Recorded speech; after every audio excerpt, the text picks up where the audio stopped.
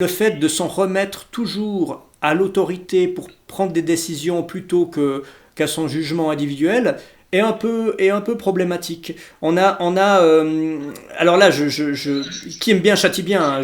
Moi, je me considère comme un Suisse moyen, donc je m'implique un peu là-dedans. Mais j'ai beaucoup plus souvent tendance à faire la critique des élites et des politiques que celle de la population. Néanmoins, ce serait faire preuve de démagogie que de vouloir tout mettre sur le dos du Conseil fédéral. Et pendant des semaines, on a essayé d'agiter à notre petit niveau l'opinion. Ben, ça n'a pas beaucoup marché. On nous a pas pris au sérieux, on s'est un petit peu moqué de nous, voire parfois on nous a un peu diabolisé en disant qu'on tenait un discours alarmiste. Alors que non, c'était juste un discours de mise en garde. Et le travers que je vois dans notre population, euh, j'ai envie de dire, il y aurait un travers libéral et à la fois un travers social-démocrate. Le travers libéral, c'est le fait de dire j'ai pas envie comme dicte ma conduite, foutez-moi la paix, le collectif me concerne pas, si je veux sortir je sors, hein, ça c'est vraiment la monade libérale qui ne reconnaît pas la société mais que l'individu. Et le travers social-démocrate, c'est je crois en l'État-providence, l'État-providence est omniscient et bienveillant, il veut mon bien et il fera tout, donc j'attends ses directives parce que j'ai une entière confiance. Et c'est une erreur dans les deux cas. Ben, dans le premier cas, ben non, parce que il faut être responsable, c'est être responsable avec et des autres et avec les autres. Le jeune qui dit je suis jeune, je ne crains rien, ben, c'est un discours irresponsable parce que déjà c'est pas complètement vrai. Puis même si c'était vrai, ben, il vit en collectivité. Et l'autre travers qui m'a plus frappé parce que je m'y attendais peut-être un peu moins, c'est que cette idéalisation du Conseil fédéral n'est plus du tout de mise, surtout à une époque où quand même, je veux dire, sans faire de grandes recherches, simplement en ayant accès aux médias ou Internet, on voit ce qui se passe dans des pays voisins, enfin la Chine, on voit tous les jours ce qui se passe, et l'Italie c'est juste à côté, donc on n'a aucune excuse. Il faut aussi relativiser le sacrifice qu'on nous demande, c'est pas les gens qui se sont attaqués dans leur liberté quand on leur demande ça, devraient aussi un petit peu se poser la question. Là il y a un retournement de paradigme qui est intéressant, parce que si on prend un cas où c'est allé encore plus loin, encore qu'ils soient revenus il y a quelques jours sur leur stratégie, c'est le cas de l'Angleterre. L'Angleterre a voulu tester quelque chose qui me semble irresponsable en fait, même si scientifiquement je trouve ça intéressant, c'est tester l'immunité de masse. C'est-à-dire, en gros, on va rien faire si ce n'est protéger vraiment uniquement les profils à risque, donc les gens faibles, âgés, malades, et pour les autres, on va les laisser être contaminés pour qu'ensuite, au bout d'un certain temps, le peuple dans son entier ait développé une immunité qui le rend plus fort face au virus. Alors, je trouve que ce sont des expériences intéressantes à mener en laboratoire, parce que ça nous apprendrait beaucoup de choses sur les... Ouais, comment dire, ça ferait faire des progrès à la médecine, mais les tester ça à grande échelle sur une nation, c'est extrêmement dangereux. Bon, en même temps, on parle de la nation qui a fait des tests à grande échelle sur des pays comme le Chili pour tester des doctrines économiques qui étaient pas moins farfelues que celle-là. Donc on n'est plus à ça près.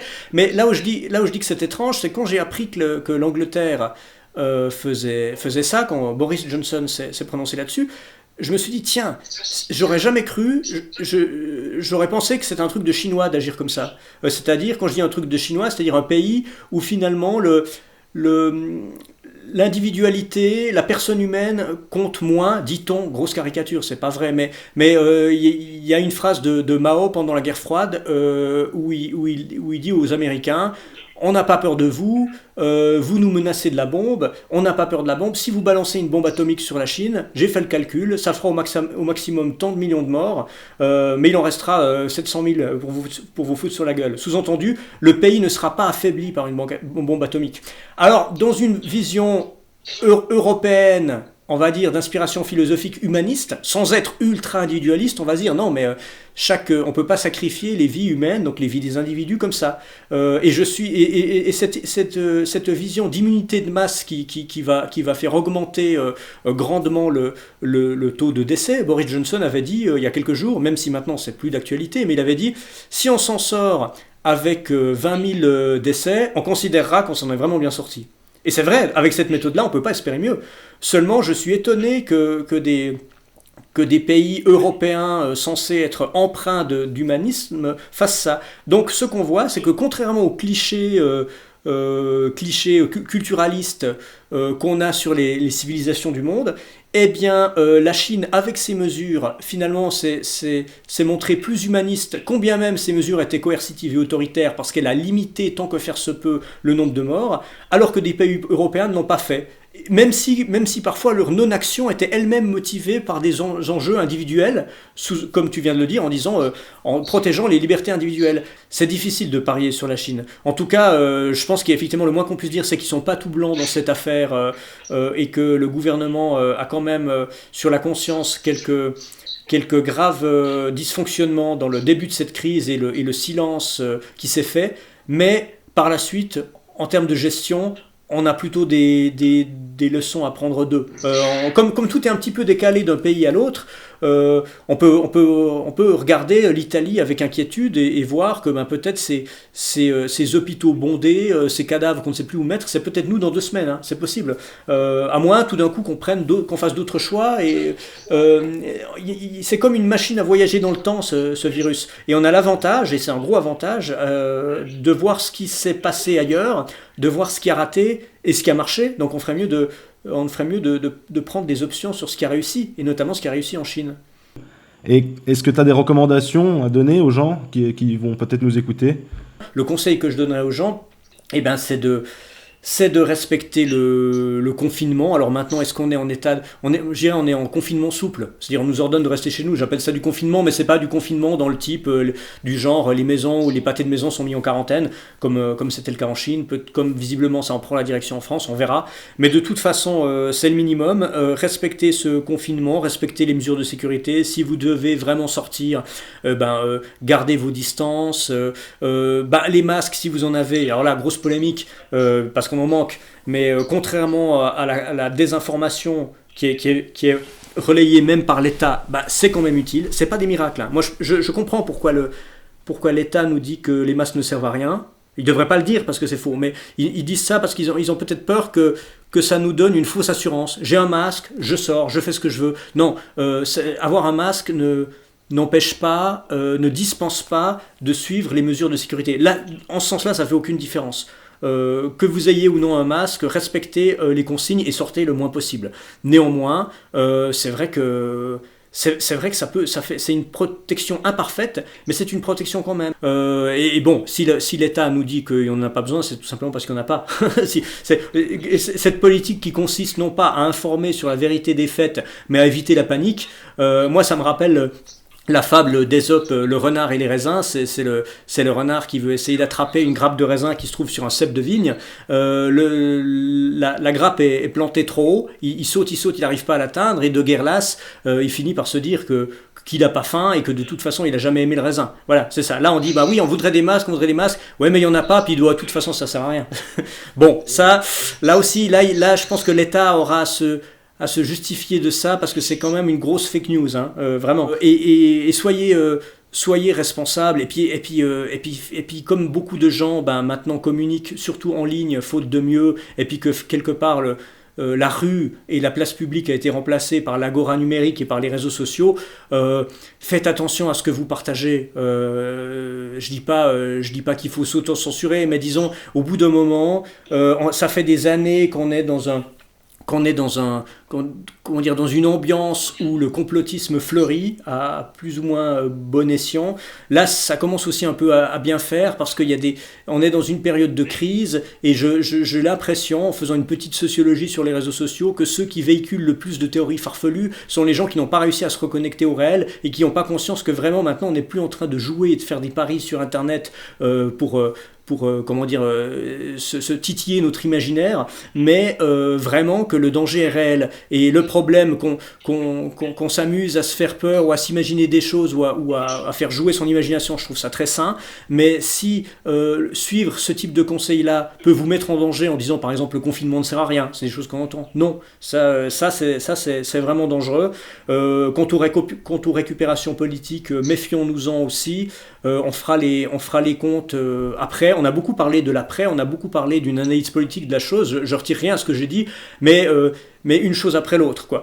Parce que le problème de la théorie du complot, elle se pose toujours dans les mêmes termes. À qui profite le crime? On part du principe que rien n'arrive jamais par hasard dans l'histoire et qu'à partir du moment où il y a des profiteurs, et aujourd'hui il y en a aussi parce qu'il y en a toujours, mais c'est pas parce qu'ils profitent d'une situation de détresse des autres qu'ils en sont forcément à l'origine. Hein.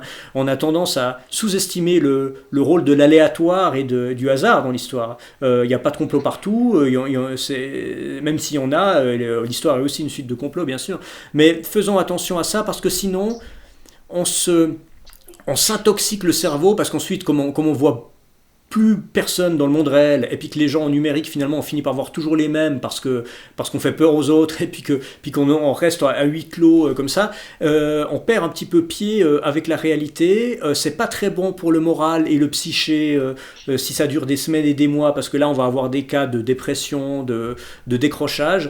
Il vaut mieux trier les informations, surtout si en plus vous avez le temps de le faire, et pas propager n'importe quoi. C'est plutôt de l'hygiène numérique puisqu'on en est réduit à ça. Si tout ça, ce bouleversement peut nous servir à quelque chose, c'est à essayer d'apprendre à devenir plus résilient. Je pense que pour beaucoup, le simple fait, mieux vaut tard que jamais, de se constituer un stock alimentaire a été le début d'une prise de conscience. Ensuite, il y a plein de choses. On peut, pour le moment, l'alimentation n'est pas le problème numéro un pour le moment en Suisse, tant mieux pourvu que ça dure. Il y a d'autres choses. Des petites choses toutes bêtes. Vous pourrez plus aller chez le coiffeur, vous pourrez plus faire venir un plombier chez vous, vous pourrez plus aller chez le dentiste, là, ce qui est un peu plus embêtant. Enfin, il y a plein de petites choses graves ou légères qui fait qu'on va être obligé de développer ce que j'appellerais des formes de résilience et d'autonomie. Les gens qui ont la chance d'avoir un jardin, non seulement auront le temps de le cultiver, mais on en aura vraiment une utilité. J'aimerais bien qu'à la fin de cette crise, on ait tous appris à faire 2-3 choses et à ne pas toujours demander l'aide d'une institution ou d'une structure qui nous chapeaute et qu'ensuite on soit prêt aux crises suivantes.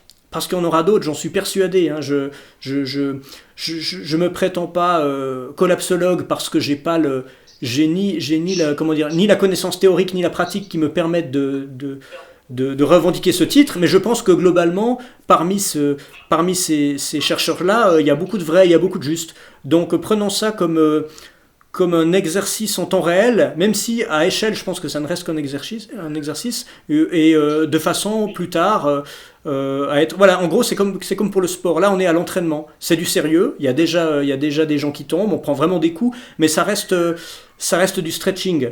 Ensuite, l'entraînement, le reste, ça va venir après. Le vrai sport va venir après, et ce sera encore un peu plus sportif. Donc, allons-y par étapes. Écoute, on va essayer de prendre tes conseils en considération, hein, et puis le but, ça sera de s'endurcir pour les prochains défis qui s'annonceront pour nous. En tout cas, David, je te remercie beaucoup de nous avoir consacré tout ce temps pour cet entretien, d'avoir apporté ton analyse qui fut très intéressant. Donc, je te remercie énormément. Je remercie aussi Manu, qui, grâce à lui aussi, on a pu se connecter les trois aujourd'hui et entretenir cet entretien. Donc, merci beaucoup, Manu. Je t'en prie. Puis David, je te dis, j'espère à bientôt sur Clac. Sur notre chaîne, et puis je te souhaite plein de succès pour la suite. Essayez de continuer tant que faire se peut votre émission, ça permettra au moins de divertir les gens qui s'ennuient. Merci beaucoup, et on te souhaite un bon confinement aussi, parce qu'on risque de rester à la maison un certain temps. Donc merci beaucoup à tous, et vous aussi, hein, merci beaucoup de nous suivre, et puis abonnez-vous. J'espère que cet entretien vous aura plu. N'hésitez pas à mettre des pouces bleus, et puis de le partager. Merci beaucoup et à bientôt. Confinement, nous on est prêts pour tenir au moins 1 an. Vaudrait mieux moins pour le personnel soignant. Nos grands-pères, et le gouvernement.